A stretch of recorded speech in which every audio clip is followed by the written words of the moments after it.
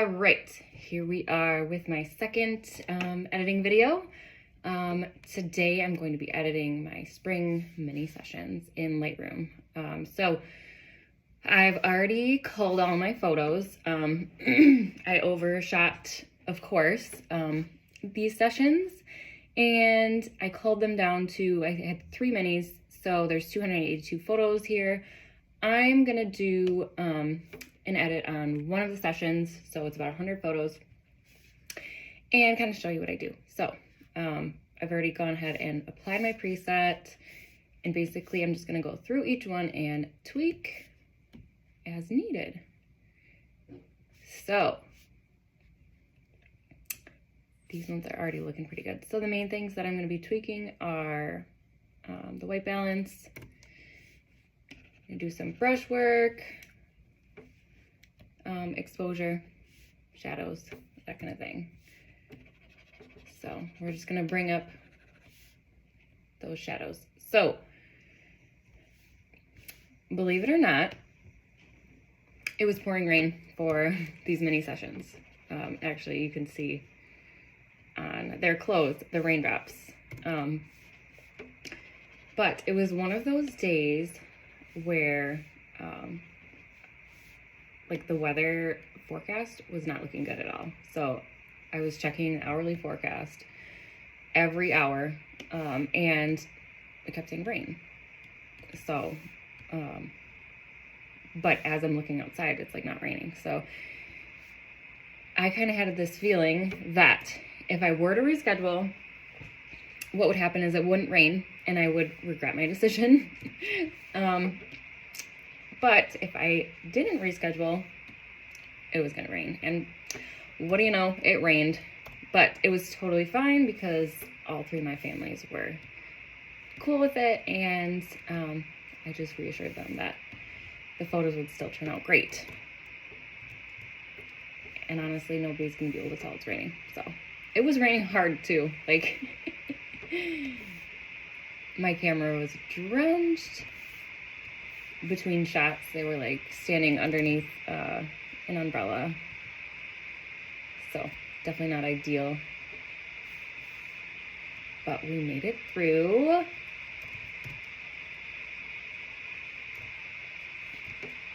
And of course, like that entire week, it was beautiful every single day, except for the one day where I had my mini sessions. But it's okay. I'd rather get through them than have to reschedule, because this time of year, it's tricky to do that for everybody. So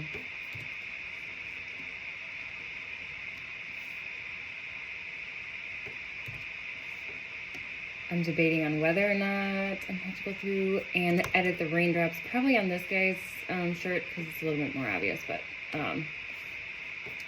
I'll probably edit those out in Photoshop. So it'll be a lot quicker to do it there.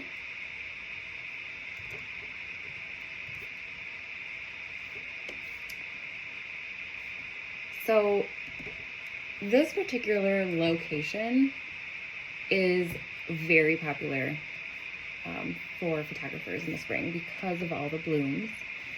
If you're wondering what I did just there, I used a gradient and I decreased the exposure to kind of just like bring the focus back to the boys. And I'm gonna also go through and do it on the top and warm it up just to make it look like a sunny day when it definitely wasn't. Let's see, I might bring up the temperature a little bit. And yeah, I like that better. So I'm gonna sync those with the other running shots. So back to what I was saying about the location.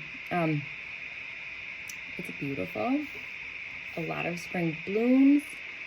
But I don't always love the lighting. So especially on a gloomy day like this, I typically just love bright, sunny backlit shots. So for all of these, I had them facing the sun, which, I mean, it was so gloomy, there wasn't much there. But, and also this session I started at, let's see, So 5:50 p.m. So that's pretty early. We did move the sessions up a little bit to try to avoid the rain, which didn't end up working in our favor, but we made an attempt anyways. So that's pretty early for this time of year. The sunset, I think, was around 8 or 8:30 for these sessions, and honestly, the closer to that, the better for lighting purposes, because as you can see, the sun's kind of coming down, hitting their faces a little bit higher than I would have liked. But to kind of compensate for that, I brought the shadows up really high. So as you can see, they're like, shadows are all the way up.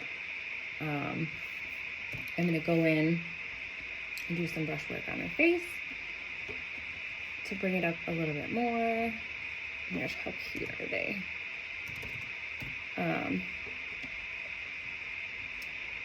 So location is such an important part of how your images are going to turn out. My ideal way of doing things is sticking to like the same few locations that I'm familiar with. That way I know the light perfectly no matter what the weather's like. And you know, the main thing that I always try to do is just to eliminate as many variables as you can, as far as like what's gonna give you a good result. So for example, if obviously the variables are location, lighting, and weather, if I can eliminate location, so if I'm always shooting at the same couple locations, like, and I get really good at it, then I know there's a variable I don't have to worry about, if that makes sense.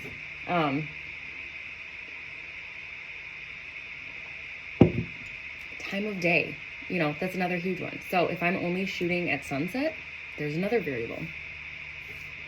I don't know. I think it's just more important to get really good at shooting the same thing. And I know obviously like variety is great too. I might get rid of this one because his face isn't showing at all.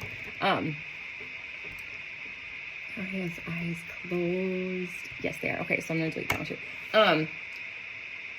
So variety is good too, but I think it's really important to put out a good product that is consistent. So consistency is going to be what makes your clients trust you, and it's going to keep them coming back. So consistency is achieved by getting really good at what you do,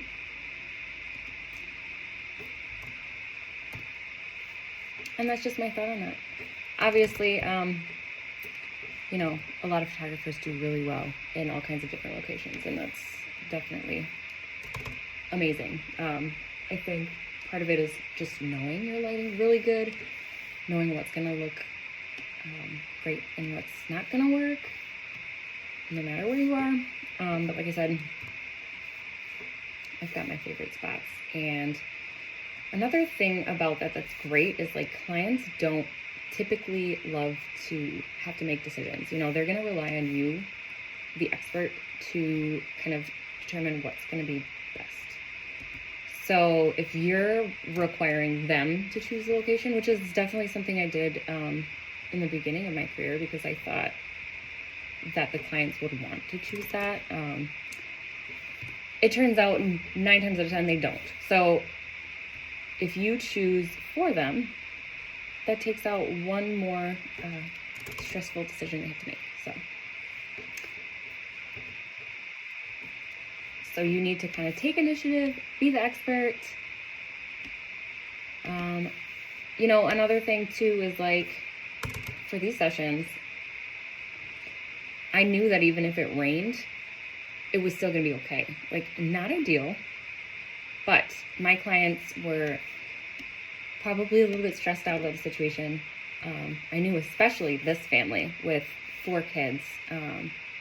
The last thing they want to do is have to reschedule. They have busy lives. Getting all these kids ready and out the door is not an easy task. So they're relying on me to make that decision. And I was confident that either way, they would turn out great. So making that call to do the photos, they were kind of relying on me. So I guess what I'm getting at is be confident in what you're doing, because that's part of it. That's why they're hiring you. This little girl, I did her newborn photos, and it's so crazy to me that she's like this old. It's one of my favorite parts of this job is like getting to see kids over the years, and like every time you see them, they're just like, they've grown so much, and you get to see their little personalities, and it's like, it's honestly just so rewarding.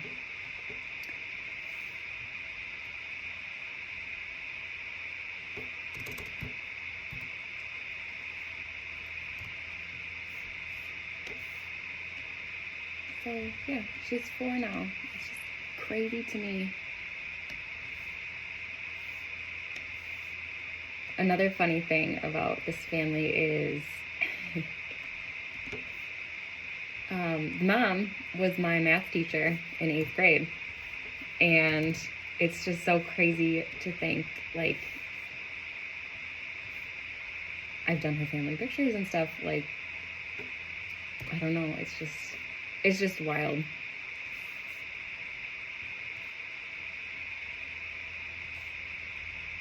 It's wild and just gratifying. So I just love what I do so much, and hopefully that shows in my work. I'm just looking close to make sure everybody is opening their eyes. So sometimes I have such a hard time calling you guys. Like, I like to choose every photo. And something I'm working on, because not only do I overshoot, but I call in way too many images. But I do like to call in like photos that are similar, so that I can give them a wider shot and then also a closer shot, so that they have options. Because with my mini sessions, they get their gallery and they'll get to choose their 10 favorites to download.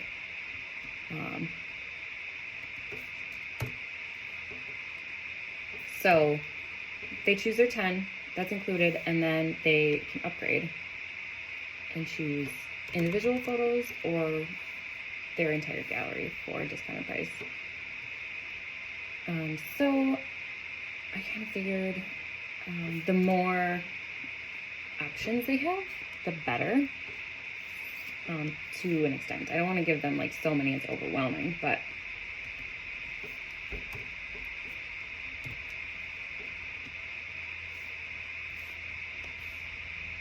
if they upgrade even to just one extra photo, that's great.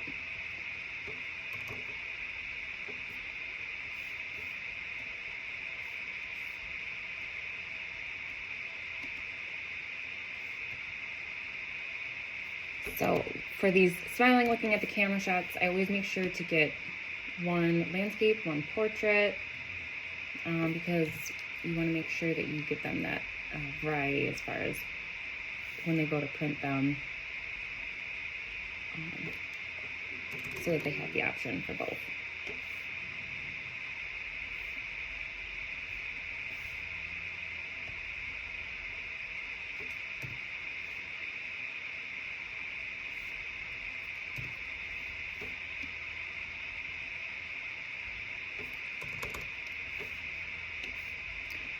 So I have to make a comment that I'm fully aware that there's a good chance no one's gonna watch these videos like at all, and that's totally fine.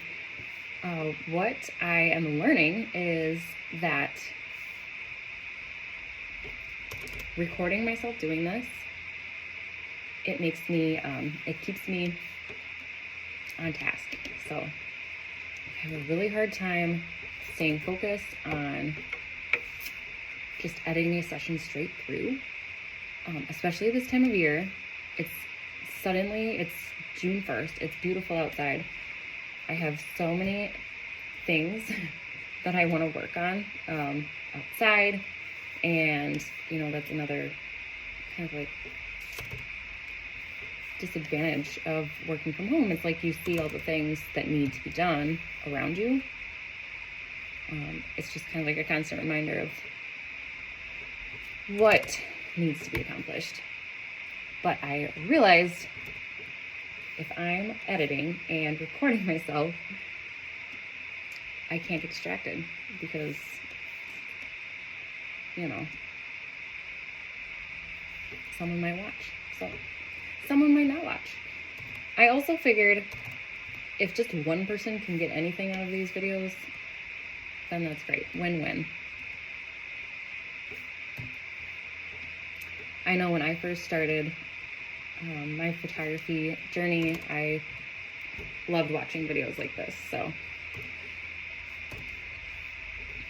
sure hopefully somebody else out there does too.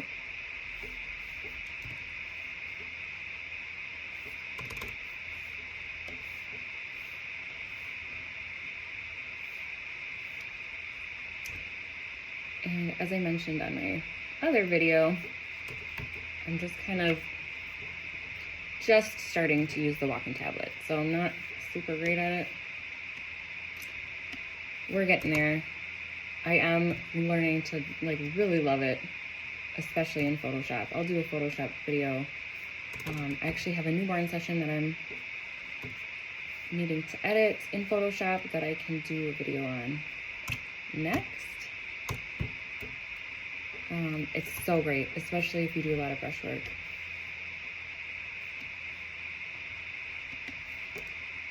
Which I do, so it's very helpful.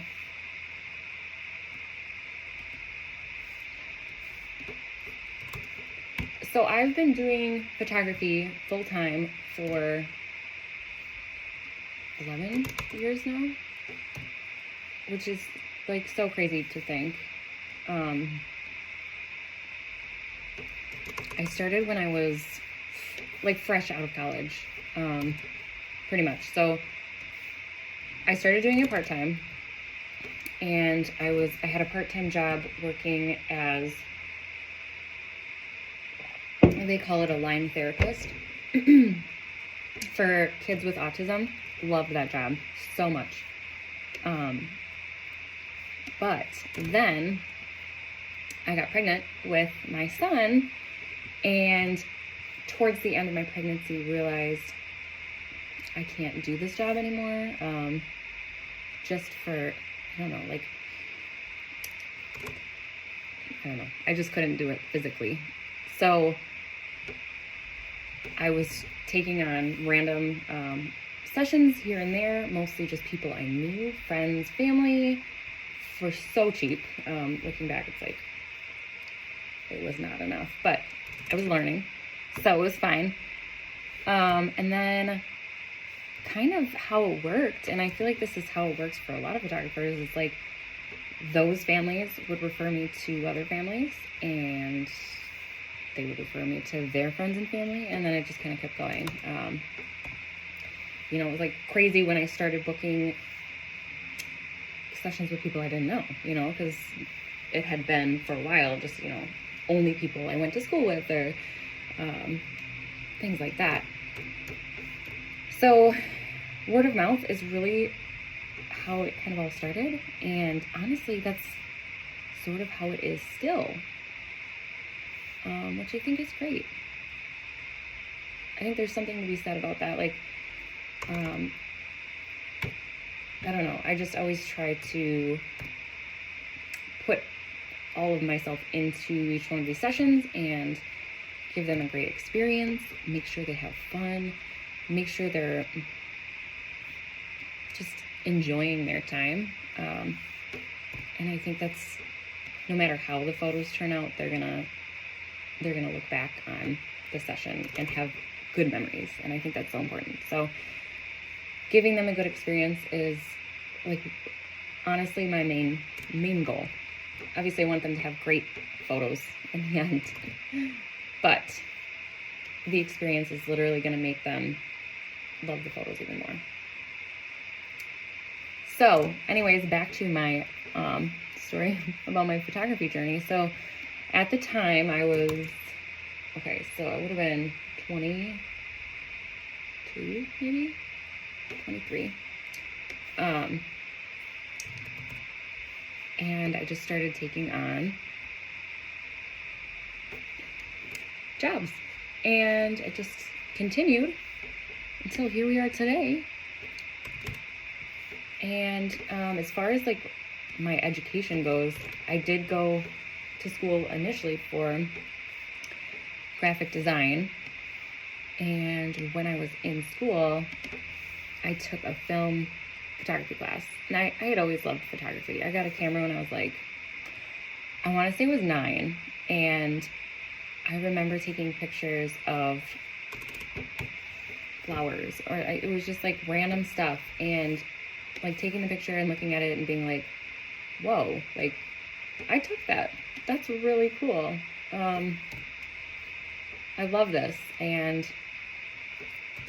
ever since then I've just been kind of in love with photography. So when I took that film class, I was like, this is what I gotta do. Like I love graphic design, but I don't think I want to do it for a career. It's definitely a good skill to have, especially as a small business owner, because I can do my own website and my own, designs for all that kind of stuff. But my passion was in photography, so that's what I decided to do.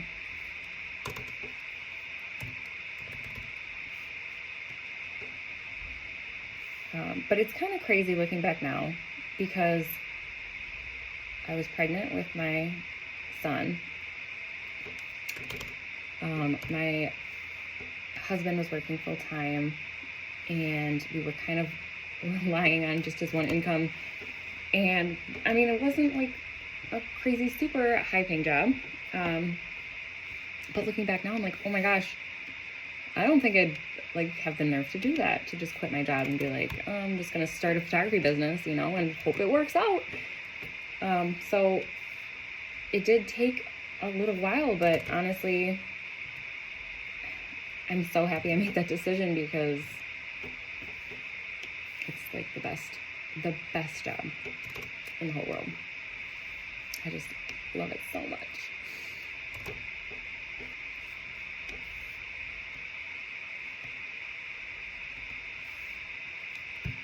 So I guess what I'm saying is, if you are in the position I was in, and like I was so confident it would work, which is crazy. Like now, years later, I feel like I would have like thought through it a little bit more. I'm glad I didn't, but I guess I was just so confident that it would work that I didn't even second guess it. I was like, well, it'll be fine.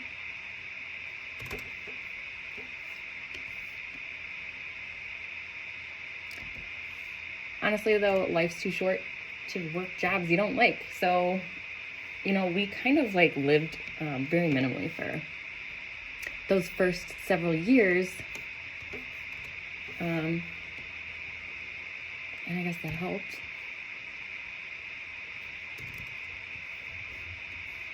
And honestly, like the greatest part about it was once my son was born, I could really create my own schedule. It's so nice, especially in the summer when the sun sets pretty late. I can do my sessions at night. My husband works during the day. I mean, in the beginning, I was editing just at all hours, whenever I could. But now I've gotten a little bit faster at it, so that helps. But being able to create your own schedule is so nice, especially if you have kids or, you know, other obligations.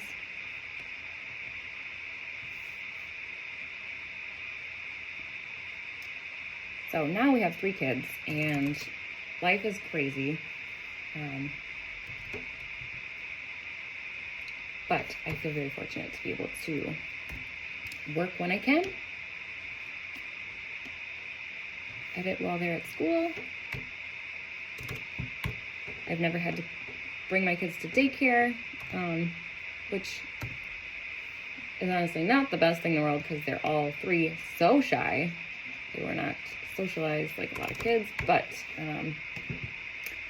you know, we were able to save money that way and I could still be with them. I don't know, it was great.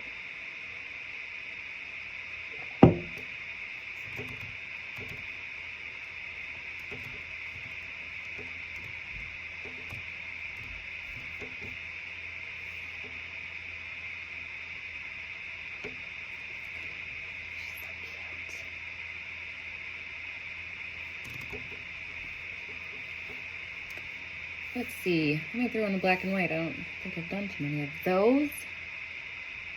Maybe let's crop it in and see. As I mentioned in my other video, I shoot on a Sony a7R IV, which has giant file sizes. I shoot obviously raw. I do shoot compressed, I believe. I was shooting uncompressed for a while and it was like, whew, so huge. Like my computer couldn't really keep up. But the file sizes are still so large that I'm able to crop in super close, which I love to do. But once I crop, I just hit info to just make sure up here the file size is still reasonable, that they're going to be able to print it, and it's going to be perfectly fine. So I'm holding shift, I'm hitting sync to sync these photos that are similar.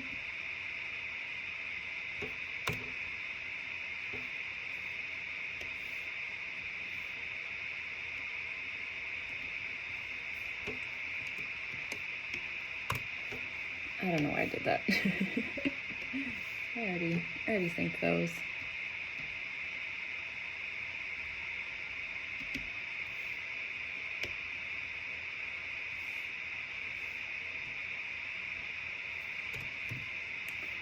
I'm gonna bring this up a little bit.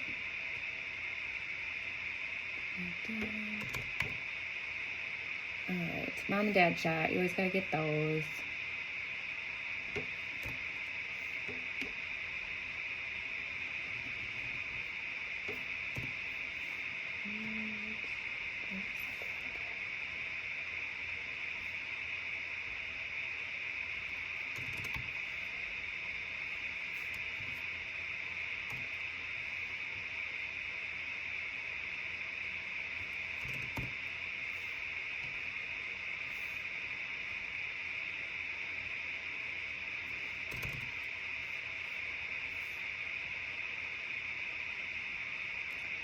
Cropping. Let's do a black and white here. Bring up the shadows. Let's bring this up a little bit.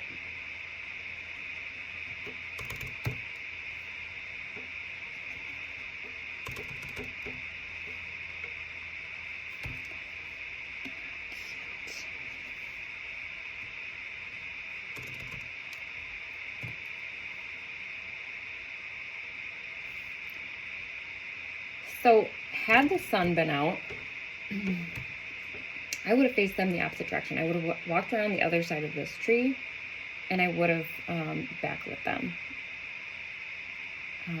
But since the sun wasn't out and it was covered by clouds, in that situation, you're going to want to treat the sun as like or the sky is like a giant softbox, basically. You're gonna wanna face them towards the light.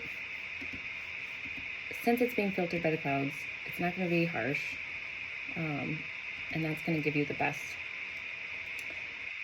light hitting their face. I struggled with that for so many years, guys. Like, I used to always have this ingrained in my mind that backlight, backlight, backlight, no matter what the sky looks like.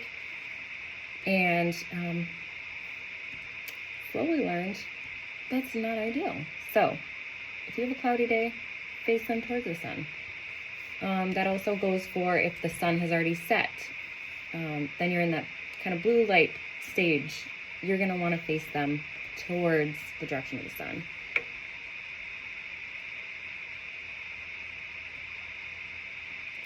Knowing your lighting is gonna be like key. I mean, that's like half of it. It's the lighting.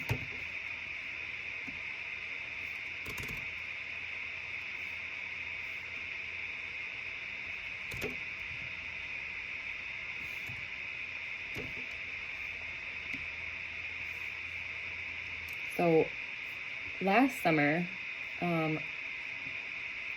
I still honestly can't believe this happened. It was like the biggest dream come true.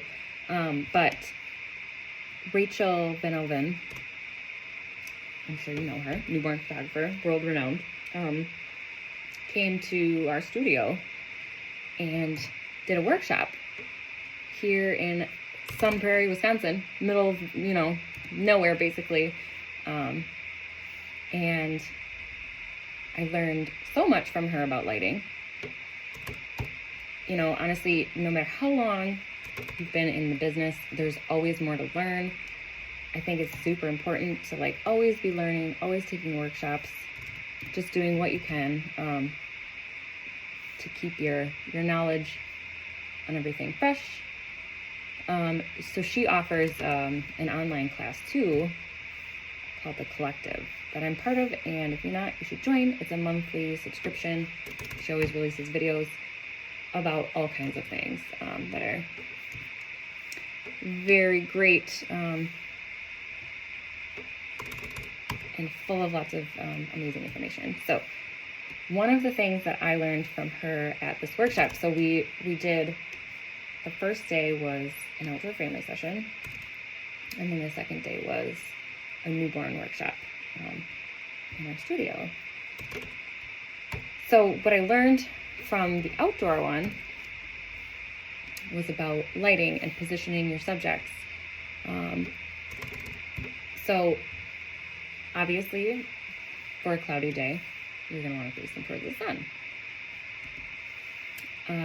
Not only that, you're going to want to look at what's behind you. If there's a big row of trees blocking that light that's coming in, not a great spot, okay? You're gonna wanna get a spot that has sun coming in with an open field behind it, if that's possible, because then the light is gonna hit your subjects without being blocked by anything. So always keeping in mind not only what's behind your subjects, but what's behind you, if that makes sense. That was such a aha moment for me, because I guess I never really had kept that in mind. So open fields behind you, great. If it's a sunny day, backlighting them, but not only backlighting them, making sure that if that sun is bright, if it's still pretty high on the horizon, filter it with a tree. So place your subject in front of a tree with branches kind of filtering that light. Then you'll get that beautiful glow without the haze. Okay, so sometimes that haze is something that you have to work around. Sometimes it's beautiful, you can shoot hazy photos, and I mean, that's great, but I personally don't want an entire gallery full of hazy photos, so switching it up, getting some hazy, some filtered, that's ideal. Now, another trick I learned from, we had another photographer that's amazing, Kelsey Freeman, come to our studio a couple years ago. If you don't have the option, and this is what she taught us, if you don't have the option to shoot like through a tree or building or whatever it might be, you're gonna wanna hold your hand up, your camera's here, hold your hand up, block the sun, and then suddenly that haze is gonna be gone. Takes a little bit more work in Photoshop because you're gonna have to go in and edit your hand out, but if the option to filter your light isn't available, that's a good trick that she taught us.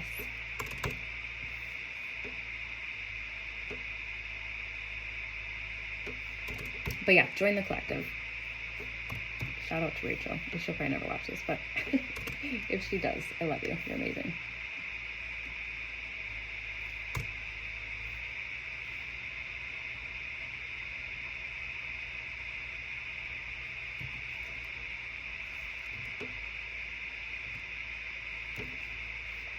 Also, shout out to parents that have 4 kids. I don't know how you do it.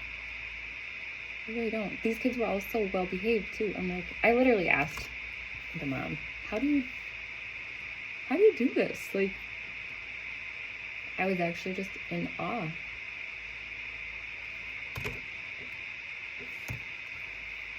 It's just amazing to me.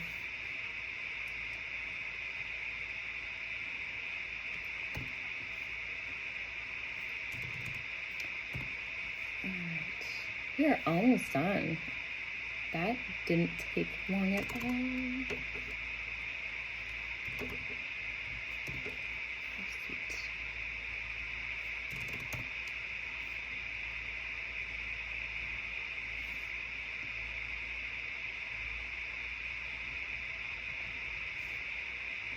I might duplicate this one and do black and white. I might go back through and do that with some of them also. Because I love a good black and white option, and then you can even like crop it different, just for variety.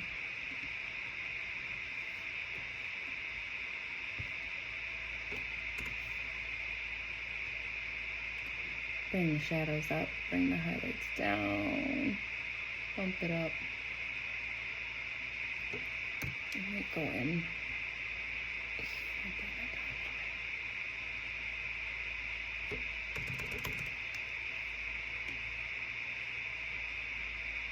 How sweet is it that this little girl has 3 big brothers to protect her?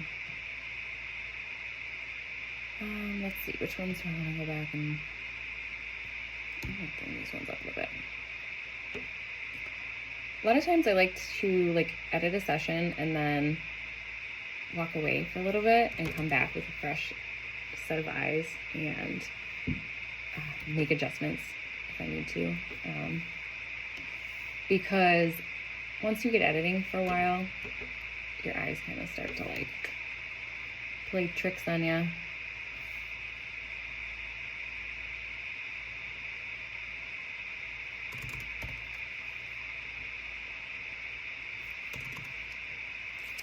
All right, let's see.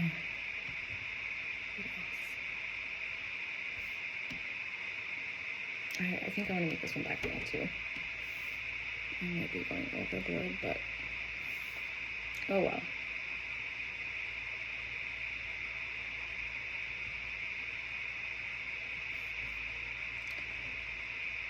So this was a 15-minute session in the pouring rain. And let's see, we got